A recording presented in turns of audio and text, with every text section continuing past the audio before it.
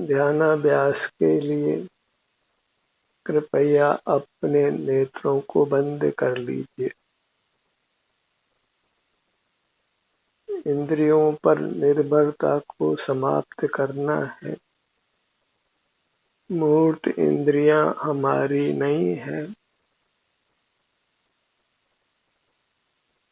वे मूर्त परमाणुओं से रचित हैं। उनके माध्यम से देखना जानना वह मूर्त इंद्रियों की पराधीनता है। इसलिए नेत्रों को बंद रखिए। अन्य इंद्रियों को भी यथासंभव काम में नहीं लेना है। मूर्त इंद्रियों के विषय मूर्त पदार्थ हैं, उन पर निर्भरता को भी समाप्त करना है। आत्मनिर्भर बनना है। सिर से पांव तक मूर्त शरीर के बराबर हमारा अमूर्त शरीर है। वही हम हैं, वही हमारा आत्मा है। उसी पे निर्भर रहना है, उसी के सन्मुख रहना है। उसके सन्मुख रहना ही आत्मनिर्भरता है। आत्मनिर्भर जीव ही सुखी है। जब जीव पूर्ण आत्मनिर्भर हो जाता है, तब से वह अनंत काल तक परमात्मा रूप ही रहता है। उत्तम सुख का अनुभव करते हुए रहता है। परमात्मा का यही स्वरूप है कि वे अत्यंत आत्मनिर्भर हैं। उनके संग में मूर्त इंद्रियां नहीं है और वे मूर्त पदार्थों को देखते जानते नहीं है। मूर्त पदार्थों को देखना जानना मूर्त पदार्थों के निर्भर रहना है। बिना उनको देखे जाने ही अपने सन्मुख रहकर जीने का अभ्यास कीजिए। मूर्त पदार्थों को देखते जानते हुए समय व्यतीत करना वह पराधीन जीना है।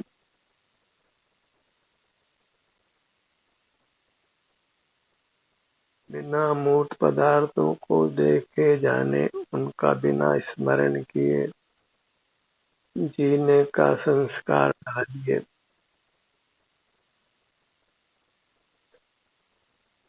उस संस्कार से ही हम आत्मनिर्भर होते हैं।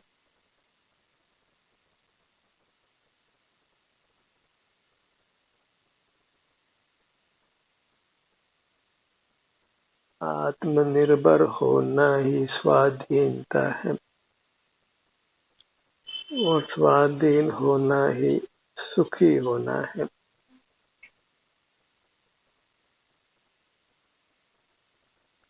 हमारा वास्तविक देश हमारी अपनी अमूर्त काया है।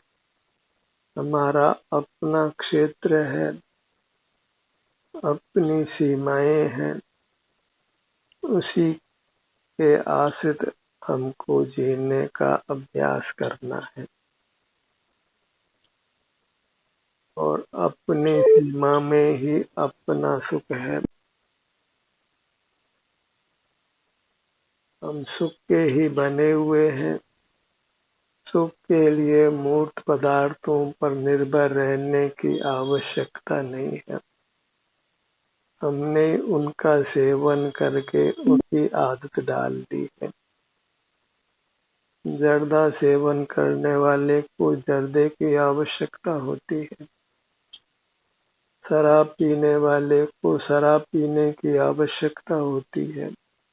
ड्रग का सेवन करने वाले को ड्रग की आवश्यकता होती है।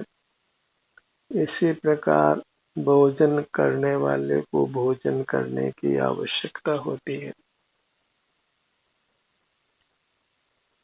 जब हम किसी भी मूर्त पदार्थ का आश्रय नहीं करते हैं, तो स्वतः ही हमको हमारा अपना आश्रय होता है, जहाँ पूर्ण स्वाधीनता है और पूर्ण सुख है।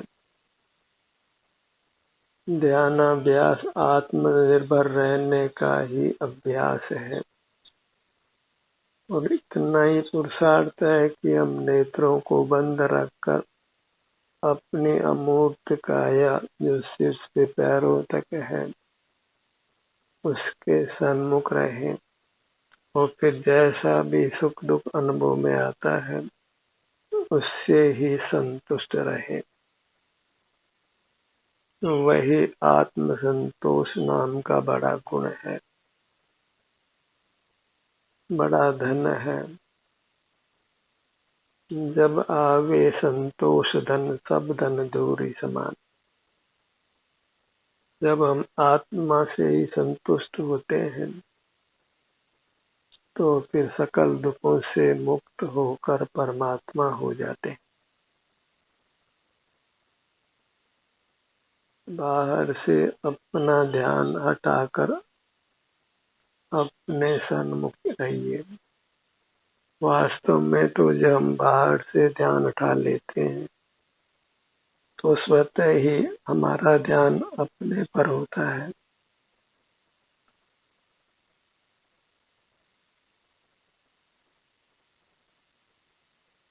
एक भावना हो कि मुझे मूर्त पदार्थों पर निर्भर नहीं रहना है, चाहे वो रोटी हो, चाहे कपड़ा हो, चाहे मकान हो, वाहन हो, बिजली हो,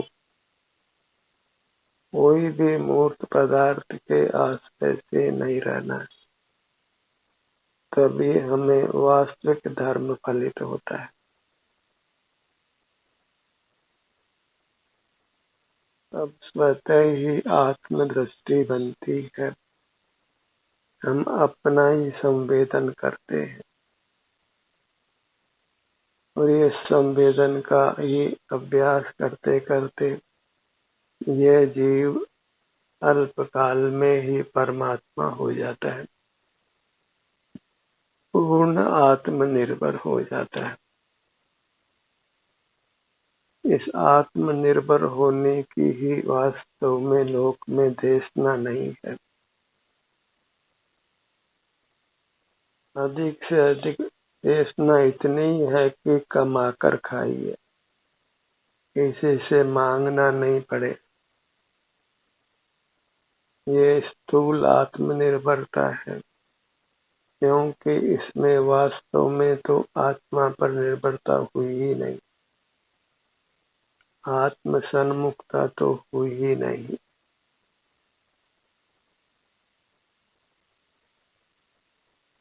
हम धन के आश्रित हुए, धन जिस साधन से आता है उस साधन के अधीन हुए, अपने अधीन नहीं हुए। पूरी तरह अपने अधीन होना ही मोक्ष को पाना है, परमात्मा होना है। और सबसे बड़ी कठिनाई है कि हम आत्मा को नहीं पहचानते हैं,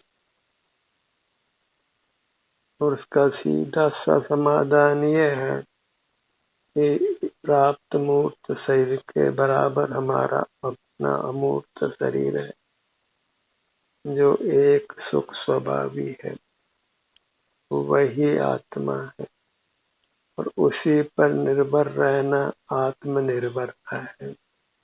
और वह आत्मनिर्भरता ही हमें पूर्ण सुखी करती है, दुखों से मुक्त करती है और परमात्मा बनाती है, तीनों लोकों से पूज्य करती है।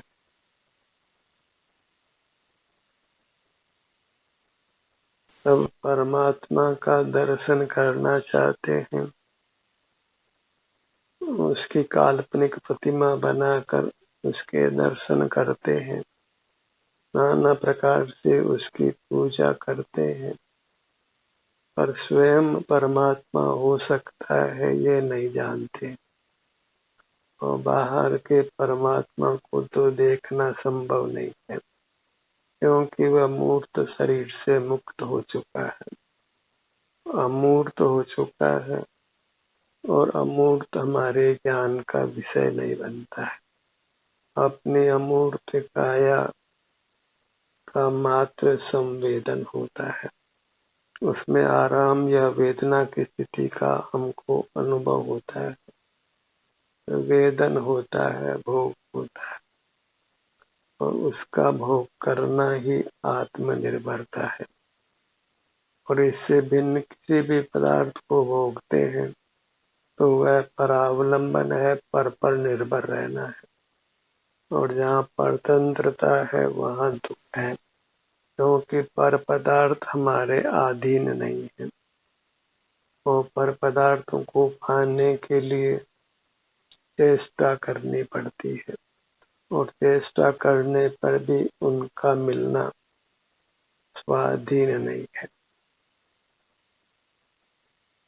और आप तो सदा से ही मिला हुआ है, बस अपने को पाने में बहिर्मुखता ही बाधक है। बहिर्मुखता छोड़िए, आपको आपकी प्राप्ति हो जाएगी। बहिर्मुख रहकर ही हम नाना प्रकार से सुख पाना चाहते हैं, और उसी पाने के प्रयत्न में हम दुख पाते हैं। सुख हेतु प्रयत्न करते सुख जाता दूर है, क्योंकि सुख के लिए हम बाह्य पदार्थों के आश्रित सुख पाना चाहते हैं। बाह्य मूर्त पदार्थों को देख जानकर अनेक प्रकार से उनका सेवन कर पर निर्भर होकर ही हम सुखी होना चाहते हैं, पराधीनता से ही सुख पाना चाहते हैं। स्वाधीनता का संग्राम ही मोक्ष मार्ग है। देश की स्वतंत्रता के लिए, देश की रक्षा के लिए लोग प्राण गंवाते हैं, पर अपने दुखों से रक्षा के लिए अपने में जो मूर्त कर्मों का, मूर्त काया का आक्रमण है, घुसपैठ है, उससे मुक्त होने का हम उद्यम नहीं करते हैं। ध्यानाभ्यास उस मूर्ति का जो हमारे में आवास है उससे मुक्त करने का उपाय है, जो अपने सर्वांग में ही नाना प्रकार का मूर्तिक पदार्थ मिला हुआ है, इसको हम शरीर कहते हैं। वह मूर्त शरीर हमारा नहीं है, और उसको निमित्त कर ही हम नाना दुख भोगते हैं। और ये मूर्त शरीर हमारे साथ मिला हुआ नहीं हो तो फिर कोई रोग भी नहीं, कोई दुर्घटना भी नहीं, इंद्रिय व्यापार भी नहीं, तो अद्भुत अनुपम सुख प्राप्त होता है।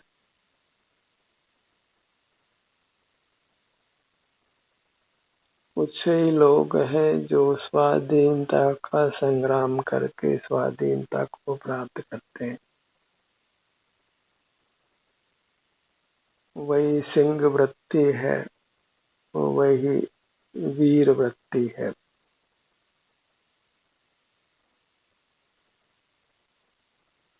अपने ध्यान को अपनी मुद्रा पर ही रखिए। आत्मनिर्भर रहने की प्रबल इच्छा उत्पन्न करिए। वह प्रबल इच्छा ही हमको आत्मनिर्भर करेगी, मूर्त पदार्थों पर निर्भरता समाप्त कराएगी। इसी से हमको अतीन्द्रिय सुख प्राप्त होता है, जिसमें इंद्रियों की और बाह्य पदार्थों की सहायता नहीं होती, उनका सेवन नहीं होता। मोक्ष तो सब पाना चाहते हैं, पर उसके लिए प्रयत्न करें तो वही मोक्ष इच्छा सार्थक होती है। इसको हम इफेक्टिव डिजायर कहते हैं। ऐसी इच्छा जिसकी पूर्ति के लिए प्रयत्न किया जाए। Effective demand. इच्छा तो हो, उसको पाने का प्रयत्न नहीं हो, तो वह इच्छा निरर्थक है। सुख सब पाना चाहते हैं, पर विषय सुख पाना चाहते हैं और उसके लिए प्रयत्न भी करते हैं, पर विषय सुख प्राप्त होना पराधीन है। कभी उसकी प्राप्ति हो जाती है तो उस आशा के बल पर हम विषयों को प्राप्त करने का प्रयत्न करते रहते हैं और उसी का नाम धोखा है।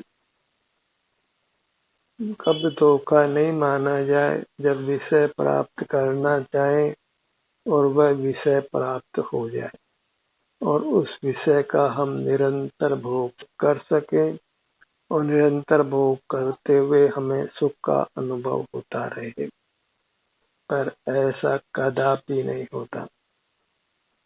बाह्य मूर्त पदार्थ प्रयत्न करने पर कभी मिलते हैं और कभी नहीं मिलते, और मिलना संभव ही होता तो सारा मनुष्य सब धन का मालिक हो जाता, सारी भौतिक सामग्री को पा लेता और भोग लेता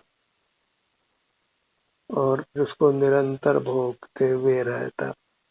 वास्तविक स्थिति यही है कि मूर्त पदार्थों का जब सेवन करते हैं तो थोड़े ही समय में वह मूर्त पदार्थ हमको सुख कर नहीं दुख कर लगने लगता है और उसका वियोग भी हो जाता है।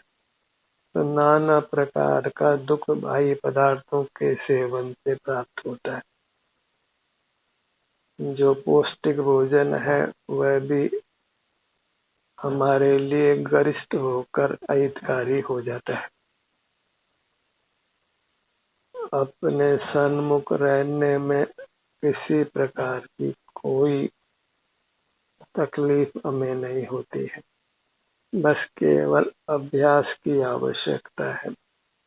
इसीलिए इसको हम ध्यानाभ्यास कहते हैं। बिना अभ्यास के हम ध्यान में सफल नहीं हो पाते। हमारा चित्त बार बार विषयों का ही आलंबन करता है, विषयों को ही पाना चाहता है और इंद्रियां चंचल रहती हैं। अभ्यास से ही हम इंद्रियों की चंचलता को मिटा सकते हैं।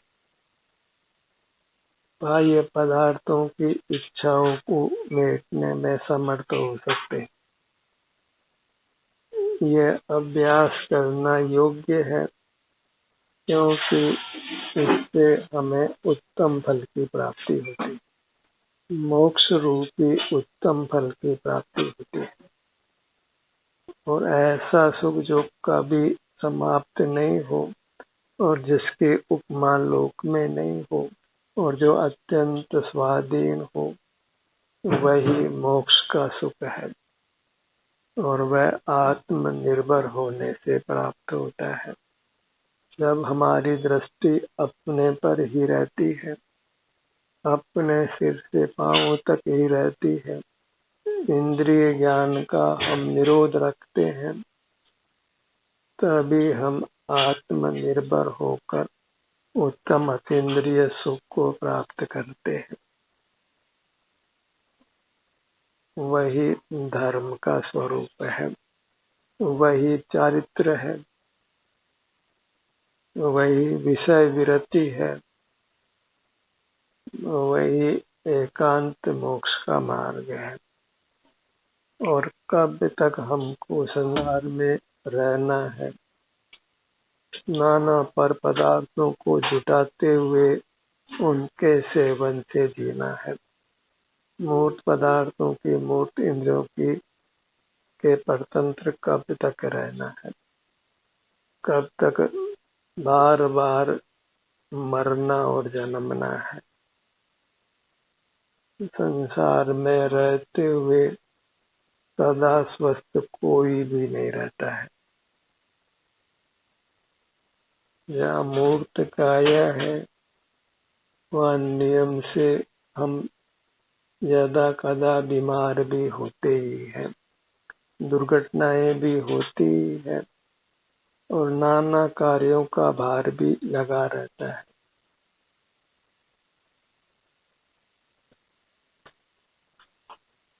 संसार की असारता को पहचानिए और संसार को समाप्त करने में किसी दूसरे की शरण नहीं है। भले आप किसी भी परमात्मा को, उसके नाम को निरंतर जपिए, पर वह परमात्मा भी पर ही है और कभी उसका साक्षात्कार भी हमको होता नहीं है।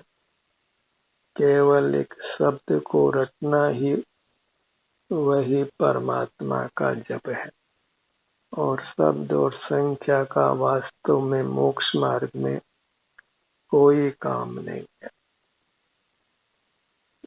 अपना ध्यान, आत्मनिर्भरता शब्द और संख्या से परे है। स्वानुभव में शब्दों का, संख्या का कुछ भी काम नहीं है। केवल शांति का, सुख का भोग है। सुख का भोग करते हुए ही सुख बढ़ता है। विषय सुख का भोग करते हुए विषय सुख घटता है और अतीन्द्रिय सुख का भोग करते हुए अतीन्द्रिय सुख बढ़ता है। इसलिए विषय सुख हेय है और अतीन्द्रिय सुख उपादेय है। अपना आत्मा अपनी आभ्यंतर अमूर्त काया उपादेय है और बाह्य में जितने भी मूर्त पदार्थ हैं वे सब विषय हैं और हेय है। आत्म के अहित विषय कसाय, इनमें मेरी परिणति न जाए।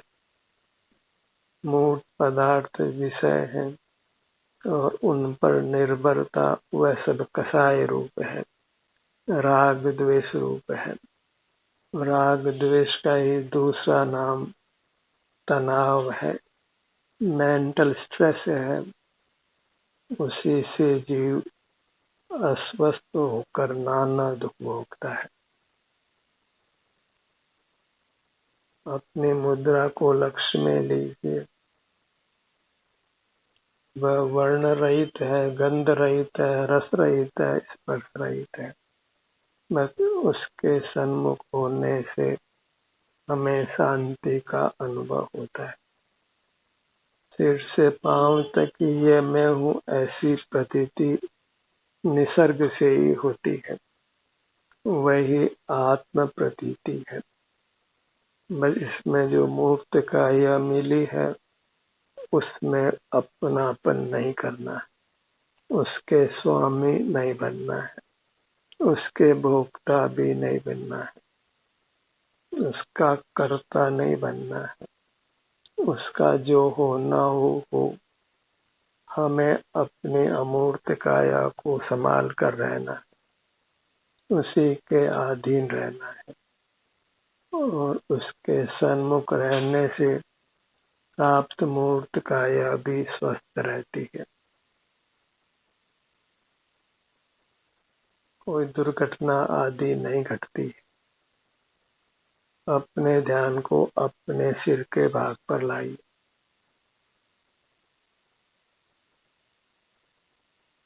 ललाट का भाग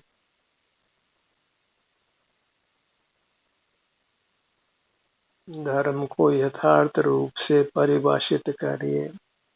आत्मनिर्भर होना ही धर्म है। बाहर का कुछ भी क्रियाकांड, उसमें धर्म का लेस भी नहीं है। बहिर्मुखता में धर्म बिल्कुल नहीं होता है।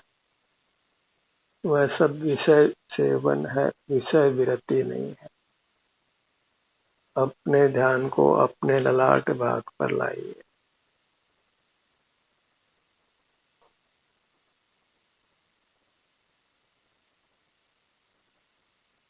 दोनों भुवों का मध्य भाग,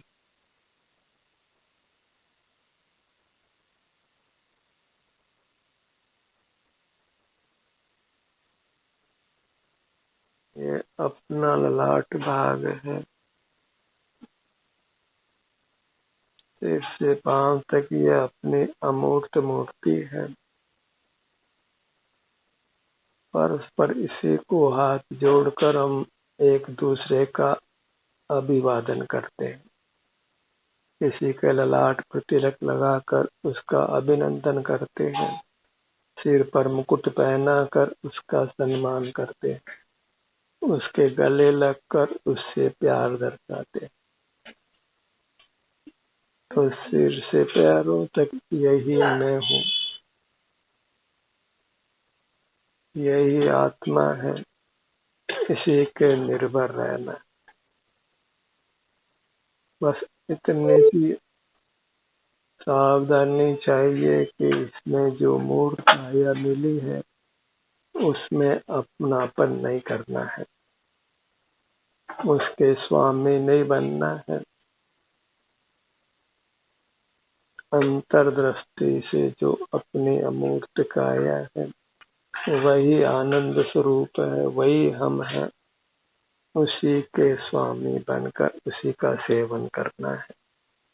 उसमें ही परम शांति है, परम सुख है, अमरता की प्राप्ति है, परमात्म पद की प्राप्ति है। अपने पूरे मुखमंडल को लक्ष्य में लीजिए। गर्दन का भाग, धड़ का भाग, दोनों भुजाएं, दोनों पैर, आपको अपने स्तर पर अपनी मूर्त पर निर्भर रहने का प्रयत्न करना है। यह सत्र मात्र उसका इशारा करने के लिए है, क्योंकि आपका काम आपको करना है और वह एकांत में सुगमता से होता है। गुप्त रहकर अपने सुख निधि को आपने भोगना है।